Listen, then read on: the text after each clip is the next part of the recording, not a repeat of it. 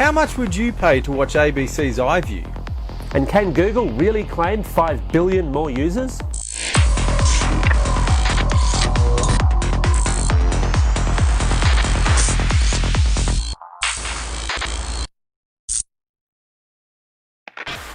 Welcome to Vertical Hold, the tech show where we channel surf through the headlines in search of the big picture. I'm Adam Turner, and I'm here with a man who's insured against fire, flood and Godzilla attack, Alex Kidman. Alex, what's been happening in tech? Apple used to be the home that no rumours could escape from, but not anymore it seems, with a lot of detail emerging about what the iPhone 6 is likely to be, or should I say, what the two iPhone 6s are likely to be. The current rumours suggest we'll see a standard size iPhone, by Apple terms, as well as a larger 5.5-inch model, possibly with optical image stabilisation. Of course, only Apple knows for sure. Australian Chromecast owners have more to watch as Foxtel, Presto and QuickFlix join EasyFlix in supporting Google's tiny streaming media player. ABC's iView shouldn't be too far behind, and Big Pond Movies may also be in the mix. Amazon has launched its own entry into the smartphone space, announcing the Amazon Fire Phone. It's a mostly mid-range device, aside from the presence of a lot of cameras at the front to allow head tracking, and being an Amazon device, it's really closely tied into Amazon's content services. That probably means that we won't see this model of the Amazon Fire Phone down under. SBS has jumped the gun and launched its new catch-up TV app before Freeview's official launch of Freeview Plus. Delayed several times due to technical delays and a bit of infighting between the broadcasters, Freeview's official electronic program guide should now launch in July, or maybe August. So Adam, there's a proposal afoot to start charging for ABC's popular catch-up TV service, iView. Yes, you've been looking at this, haven't you? Yeah, it fires up a lot of tension. People get very for or against. Everyone's like, it's my ABC, I've already paid for it, I shouldn't have to pay for it again. I can sort of see where those people are coming from, but at the same time, this streaming service costs a lot of money, and the government's giving them less and less money. So something's got to give. And I think that it's not unreasonable to maybe cough up a few bucks for ABC iView, or then in return, what else are you going to give up? Are you going to have ads in there? Are you going to have other sponsorship deals? Are you going to get rid of some ABC channels? Could not disagree with you more on this one. Okay, all right. What do you propose? Rather than charge $2 or $3 a month? It is one of those issues that people are diametrically opposed on, and that's cool. And that might be us by the sounds of it. Yeah, absolutely. Yeah. No, look, I think the problem with this proposal is twofold. First of all, IPTV is the future of TV. I don't think we disagree on that. I think TV is shifting towards IP, even though, we're going to struggle in Australia for 4K content based on the broadband that we've got. The big issue here, though, IPTV is the future. It's where everything's got to move, and iView is already there. So the ABC's in this great gun position where it can say, well, hey, we've already got a service, we've already got the infrastructure in place. All that hard work is done, and we've done it first and a heck of a lot better than the commercial competition. Of that, I have no doubt. And I think you probably agree with that. The only one that comes even close is SBS. The second thing is, though, the ABC is a public national broadcaster, and all three of those words are really quite important. It's a broadcaster, so it needs to hit as wide an audience as possible. You start charging, and you are immediately putting some products, some programs into a niche. You're saying, right, these are the things that are worth money, either because they figure there's some kind of commercial return on them that's worth it, or because the audiences are smaller, so they figure, well, that needs some money to bolster it up. You start entering that fully commercial TV world. And then you move away from the broadcasting, you move away from the public interest, because suddenly you have to start making these decisions when you shift over to IPTV. Well, does that program need that money? I know the ABC does this already. Obviously, it has to deal with budgets. It has to deal with these kind of cost considerations. But as soon as you do it in that kind of space where you're saying, well, there's some things we can charge for and there's some things that we can't, you lose sight of that broad public interest focus. Essentially speaking, it is a direct attack on the ABC as a public national broadcaster. These are considerations, for sure, for commercial broadcasters. They should not be considerations for the ABC. See, what you're doing there is you're encompassing catch-up TV in their idea of broadcast as if it's not costing them any more, as if it's not an extra overhead. I agree with all the things you just said, but I still think there's room for a pricing model in there. But the way I would do it is I would take a Freeview style, a Hulu style approach.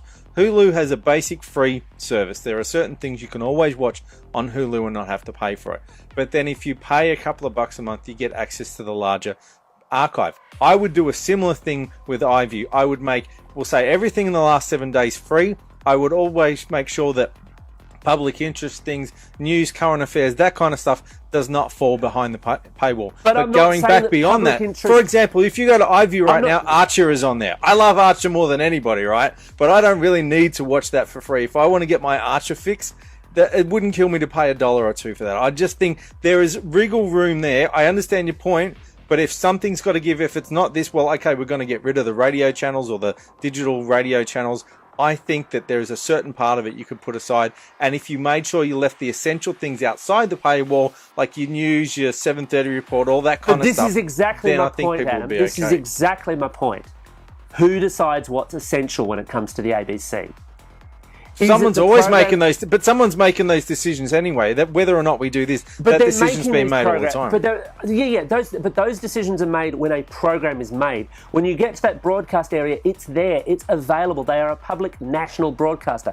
As soon as you start slicing and dicing, it is a slippery slope, and it is a slope that I think the ABC should not have to go down. I think it is essentially criminal that we're talking about underfunding it to this level. But I agree. That's the problem. The reason why we're having this is because it's underfunded. This suggestion specifically plays against the ABC's broader ongoing interest, because it essentially says, well, what you need to do is what the commercial guys do, is what Foxtel does, is charge for the content. We already pay for the content, not just the production, but the broadcast. IP is just a different form of broadcast. I'm not saying there isn't a cost in broadcasting it over the internet. Having said that, of course, it is a different costing model, given that you're talking about the consumer having a broadband connection, which the ABC has nothing to do with.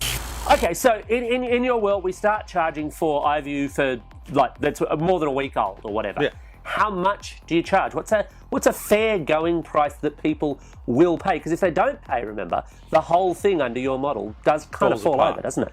You're right. That is a hard model. Well, let's take QuickFlix as a benchmark, or Netflix QuickFlix. You're looking at $10 a month. It's obviously got to be less than that because you're not getting the same breadth of service, and you are subsidizing something, as you say, you've already paid for.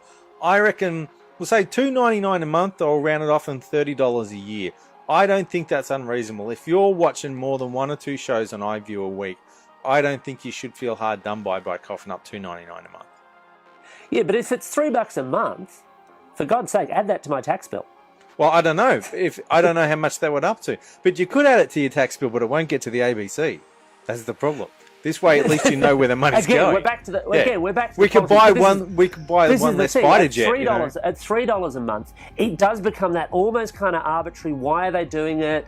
They're going to spend a certain amount of money just in processing all those $3 payments that they may or may not get. It starts to kind of fall over.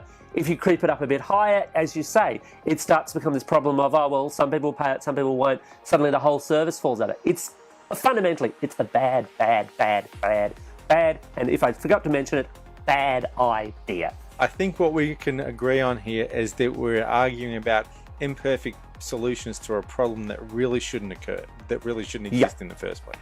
So, Alex, Google always has their finger in a lot of pies, but they've been up to even more than usual lately. What have they been doing over there? Okay, well, Google's just held its big I/O developer conference, and to give you an idea of how big it was, the keynote for this thing ran 3 hours. That's serious. That's Titanic serious. Yeah. There was certainly a bit of yawning in the audience. Although, to be fair, they had a lot to say. They announced the next version of Google Android. It's just going to be called Android L, and they're not named after sweets anymore, which makes me a little bit sad. But that's a shame. It's Android L, and it's got a new design language and an underlying scheme for theoretically better battery life. They announced their vehicle-based product for Android as well, showed off lots of Android Wear wristwatches, which in fact you'll be able to buy very, very shortly in Australia, the LG and the Samsung models for around $250. But they also introduced this concept that while they've got some pretty big user numbers, they claim around 1 billion people, they want the next 5 billion, and this really kind of interests me. So that's basically everybody else. Is what, 6-7 billion people on the planet? Yeah, Google wants everyone, every man, that doesn't woman, sound and child. like Google at all. Yeah, there's no evil agenda there. But their pitch for all of this, and their pitch in an Android sense, is that they want to go for mid-range and low-range devices, but running the latest version of Android. The problem with that is Android low-range devices are usually crap, to use a technical term. Well, they don't have to be. Except for the Nexus range. Okay. I was going to say, by low range, I mean low cost, essentially. Yeah. But a lot of what they were talking about in their reference designs were what you would think of now as mid-range. Yeah. Oh, that's not so bad then. Yeah. But the Nexus is the classic example for markets like Australia, which are quite developed smartphone markets. Smartphones are ubiquitous here. And I think it brings up some interesting challenges for them to get these other 5 billion people. But it also, I think, shifts the game for Google in Australia. Because as they chase these 5 billion people, and I don't think they can get all 5 billion for a start, I suspect some of the larger markets, especially in China, are likely to shift to some of their own homegrown alternatives instead. Leaving that aside, as they shift towards this, they start to say, well, look, Android can run very, very well on mid-range devices. It puts this big pressure on your premium phone makers, on your Samsungs and your LGs and your Sonys who play in the Android space, to come up with something in a premium phone that people will go, hey, that's worth paying for. Extra for, yeah. Yeah. It's a problem that Apple doesn't have, because Apple doesn't play except in the premium space. If you want to go down the Apple phone route, you're paying big money for it, and Apple knows that you will. They're just not that interested in those. Well, I don't know. They're disinterested in those 5 billion people. Prices when people pay $1,000 for an iPhone. Why sell a $500 one, basically? Exactly. And if there is no $500 iPhone that runs just about as well, then they never have the issue. Yeah. But in doing all of this, you create this scenario where Google's trying to bring all of its services also under one umbrella. So one of the other things they announced was this idea that Android and Chromebook will merge a little bit more. So you'll start being able to run Android apps on their low-cost Chromebook notebooks. And again, Chromebook has always been their low-cost space. Have you played much with a Chromebook? Yeah, I actually like the Chromebooks. I played with a couple of the Chromebooks when they first came out. And as long as you understand what they can and can't do, that's the thing. As long as you go in with your eyes open, they're actually pretty good. If you buy it thinking it's a budget Windows notebook, you're going to be very disappointed with it. If you're buying knowing that it's a very much internet-centric device, what it can and can't do. I do like the idea of bringing Android to it, because it brings a whole lot of functionality without having to reinvent the wheel. If I can suddenly tap into at least a section of the Android store, then there's a whole lot of functionality there. As long as it ties in nicely with everybody else and it doesn't feel like you're running two completely separate operating systems, as long as they can talk to each other a bit, that'd be pretty sweet, actually. Yeah, it's in a sense, it's the kind of thing that Microsoft's been trying to promote with Windows Phone for ages. Windows Phone looked like Windows 8 before Windows 8 looked like Windows 8. Yes, but there's still not that functionality. Well, I suppose you can't actually run phone apps on them, but the thing is, they're the kind of the same apps anyway, so you sort of can, but in a different way. But the idea of taking something that was specifically designed for an Android smartphone and running on a notebook is a little bit different. But then we saw those weird, was it the Atrix notebooks and a few other Android Chromie hybridy things where you could plug your phone into your notebook and then it became a jet and flew you to an island or something? Everyone's broadly kind of played with that, except maybe the jet bit. I don't recall that, but maybe you're getting prototypes that I'm not. Maybe I am. Everyone's played with that space as well. This is, I think, something and a little pretty bit much different. failed. I don't think any of it really went anywhere. Yeah. They were interesting ideas, but nobody kind of went, hey, that's a really great idea that I want to buy 5 million of. Where the Chromebook thing, of course, also gets interesting is if you can bring your Android account across. Not only are you talking about yeah. wide world of Android apps, you're also talking all the stuff, or maybe some of the stuff, that you've paid for already or that you've bought already, and suddenly, the Chromebook becomes a lot more appealing. I think it is a bit more of an attack on the Windows. You mentioned low-cost Windows notebooks. I think it's a bit more of an attack there as well, because they've announced they're ditching Quick Office, which is the way that if you had a Chromebook and you grabbed a Microsoft Word document and tried to direct import it, it didn't throw it into Google Docs. It interpreted it via Quick Office, and this gave it all sorts of limitations. You couldn't copy tables, which was a really weird one, and all this kind of stuff. That's now going to change. Everything is just going to funnel straight into Google Docs, and in fact, Quick Office is a dead product as of right now. Yeah, they're getting rid of it. Now that's because I think also Office 365 is taking off as well, and they have to concede the fact that businesses still use Microsoft Office. You know, digital hipsters might say, "Oh, Microsoft's dead. Nobody uses that stuff." Yeah, businesses do, and there's a lot of businesses that wouldn't touch Google Apps with a 10-foot pole until they have decent Microsoft Office compatibility. So this will help Google break into that sort of more of a mainstream market who was still a bit reluctant to move away from Microsoft. Speaking of things that are broken, the other thing that was completely, well, not necessarily broken, but certainly missing in terms of them hyping it up was Google Glass. Lots of it seemingly in the audience, none of it on stage. I think maybe it was an ongoing practical joke, and they've set everybody up to wear these things, and now they're going to completely ignore them, and they'll just be a dead product, leaving all these people walking around going, "What happened to my Google Glass?" Well, that just about wraps it up for this episode of Vertical Hold. Now, if you'll excuse me, I've got to go check the Mothra clause in my insurance contract. What's the premiums on that?